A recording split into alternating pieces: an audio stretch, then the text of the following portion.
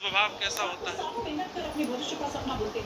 कि विषयान् विसन्धाय यश ऐश्वर्यमेव वा अर्चादावच्चयेद्यो मां पृथक् भावस तामस राजस विषयान भिसंदाय यश ऐश्वर्यमेव वा।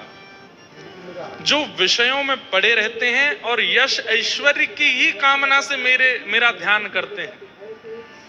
कई लोग क्या बताएं, मंदिर में जाके यश ऐश्वर्य की कामना तो करते हैं, पर कथा भी इसीलिए कराते हैं कि हमारी नगर में चर्चा हो जाएगी, हमारी नगर में कह जाएगी महाराज जी बुला लिए इनने, महाराज जी आपको इसलिए कथा करनी है ताकि मुझे रिश्तेदारों को दिखाना है कि देखो मैंने कहा हाँ भले ही महाराज जी पिस जाए बा बीच में, तुम्हारे रिश्तेदारों को पता चलनी चाहिए कि तुमने महाराज जी बुलाए। ऐश्वर्य की कामना से, यश की कामना से, संपत्ति की कामना से, विषयों की कामना से जो मेरा भजन करते हैं मैया, ये राजस भक्त हैं, ये भी मुझको बिल्कुल प्रिय नहीं लगते। बोले कभी भी निस्वार्थ भाव से मेरे सामने आते ही नहीं है, ये जब जब आते हैं। अब एक बड़ी प्रैक्टिकल बात है, कोई व्यक्ति रोज आपके द्वार पर आता है, आप जब जब मिलते हो तो आपसे कहता है आप बहुत अच्छे हो, आप बहुत प्यारे हो, आप बहुत सुंदर हो, मैं आपकी आरती उतारूं, लेकिन इसके बदले क्या कर दो, इसके मेरा घर बनवा दो, मुझे प्लॉट दिलवा दो, वृंदावन बहुत महंगा है, बहुत महंगी जमीन मिल रही है, वो जो प्रॉपर्टी डीलर हैं आपके मित्र हैं उनसे कह के करवा दो। एक दिन हो गया, 2 दिन हो गया, हर दिन वो व्यक्ति आकर के पहले तो आपकी प्रशंसा करता है, आप बहुत अच्छे हो, बहुत प्यारे हो, किसी की नजर नहीं लगे, बस एक काम करवा दो। बोले क्या, हमें घर दिलवा दो वृंदावन। 10-5 दिन बाद क्या होगा, आप घर से निकलने से पहले खिड़की से देखोगे बाहर खड़ा तो नहीं है, और खड़ा दिखेगा तो किसी से कह दोगे, बोले उससे कह दो कि वो तो बीमार हैं।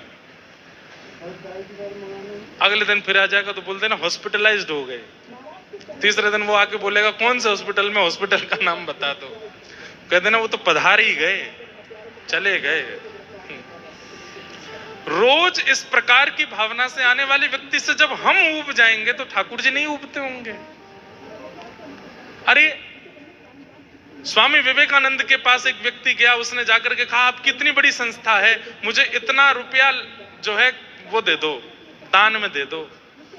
तो स्वामी विवेकानंद जी बोले तुम्हारे पास कुछ नहीं है? बोले कुछ भी नहीं है। बोले हाथ दिए भगवान ने, पैर दिए भगवान ने, बुद्धि दी भगवान ने, थोड़ा परिश्रम करो, कमा करके थोड़ा खा लो। बोले नहीं नहीं, इन सब से कुछ होने वाला नहीं है। तो स्वामी विवेकानंद एक अस्पताल में ले गए, बोले यहाँ पर कई लोग हैं, किसी को किडनी की जरूरत है, किसी को आंखों की जरूरत है, किसी को अंग दान की जरूरत है, तो एक काम करते हैं। बोले क्या? पूरा लिस्ट बनाई, इतने लाख में लिवर बिकेगा, इतने लाख में एक आंख चली जाएगी, इतने लाख में ये, इतना प्लस करके बोले इतना तुमको हम दे देंगे, एक एक अंग तुम पे एक्स्ट्रा है, दे दो, एक आंख दे दो, एक ये दे दो, एक वो दे दो। हाथ जोड़ करके बोला नहीं नहीं, इन सबको कैसे दे? बोले सब कुछ तो ठाकुर जी ने इतना बहुमूल्य दिया, फिर शिकायत क्यों रहती है हमेशा? परिश्रम करो, अपने तन को उस कार्य में लगा करके उससे जो चाहते हो वो ऐश्वर्य प्राप्त कर लो। ठाकुर जी के भरोसे क्यों हो? देव देव आलसी पुकारा। जो देवताओं के भरोसे पड़े रहते हैं वो आलसी हैं। परिश्रम कीजिए, परिश्रम करेंगे तो देव भी सहायक बन जाएंगे। लेकिन ठाकुर जी कहते हैं मैया जो केवल यश ऐश्वर्य की कामना से मेरी पूजा भक्ति करते हैं मुझे बिल्कुल प्रिय नहीं लगते, मुझे अच्छे नहीं लगते। ये दूसरे भक्त। तीसरे भक्त कौन से हैं? कर्म निर्हार मुद्दिश्य परस्मिन् वा तदर्पणम् यज्ञे दष्टाव्यमति वा पृथक भावस सात्विक। मैया ये सात्विक भक्त हैं, ये मुझे प्रिय तो हैं पर अति प्रिय की श्रेणी में मैं इनको भी नहीं लेता। बोले ये कैसे हैं? बोले सब कुछ करने के बाद मुझे अर्पित कर देते हैं कि वो कर रहे हैं, हम तो केवल क्रिया करने वाली कठपुतली हैं, कराने वाले सब ठाकुर जी।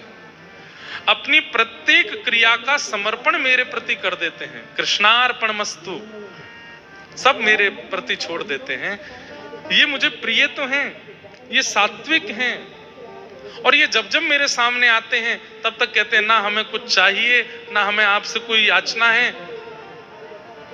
पर जो कृपा आपकी है वो कृपा बनाए रखना। कृपा की न होती जो आदत तुम्हारी, तो सुनी ही रहती अदालत तुम्हारी। कृपा की न होती जो आदत तुम्हारी। कृपा। इस श्रेणी में कौन आते हैं पता है? अर्जुन। इस श्रेणी में आते हैं अक्रूर। इस श्रेणी में कौन आते हैं? वसुदेव जी। इस श्रेणी में आते हैं श्री रुक्मणी जी। इस श्रेणी में आती हैं भगवान की समस्त पटरानियां। मतलब द्वारिका के सब यदुवंशियों को हम इस श्रेणी में ले सकते हैं। ये सब ठाकुर जी से प्रेम तो करते हैं, पर कृपा की भावना भी रखते हैं चित्त में।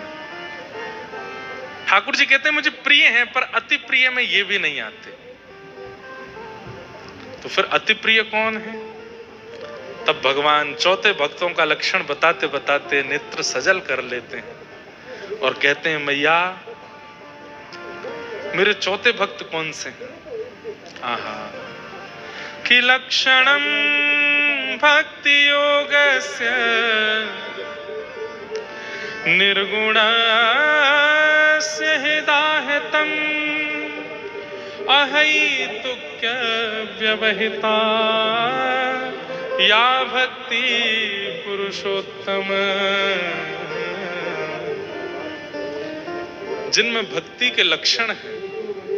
लक्षणम भक्ति योगस्य निर्गुणस्य हिदाहतम। जो निर्गुण है, जो ठाकुर जी के सामने जाकर के कहते हैं नाथ ना आपसे कुछ चाहिए ना आप चाहिए, दोनों भुजा उठा के कहते हैं बस मुझे चरणों में रख लीजिए, मुझे आप नहीं चाहिए, मुझे स्वीकार कर लीजिए। इस प्रकार की भावना से जो रहते हैं। और अहैतुक्य व्यवहिता। अहैतुकी भक्ति का मतलब क्या होता है? चाहे जीवन में जो हो जाए पर ठाकुर जी के प्रति अविश्वास ना हो, उसको अहैतुकी भक्ति कहते हैं। कई बार ऐसा होता है कि जीवन में कुछ ऐसी घटना घट गई कि ठाकुर जी से विश्वास उठ गया, तो इसका मतलब ये भक्ति थी, अहैतुकी भक्ति। अहैतुकी भक्ति मतलब ठाकुर जी भुजा मांग लें, ठाकुर जी चरण कटवा, अरे ठाकुर जी सिर भी मांग लें, देने को तैयार हैं।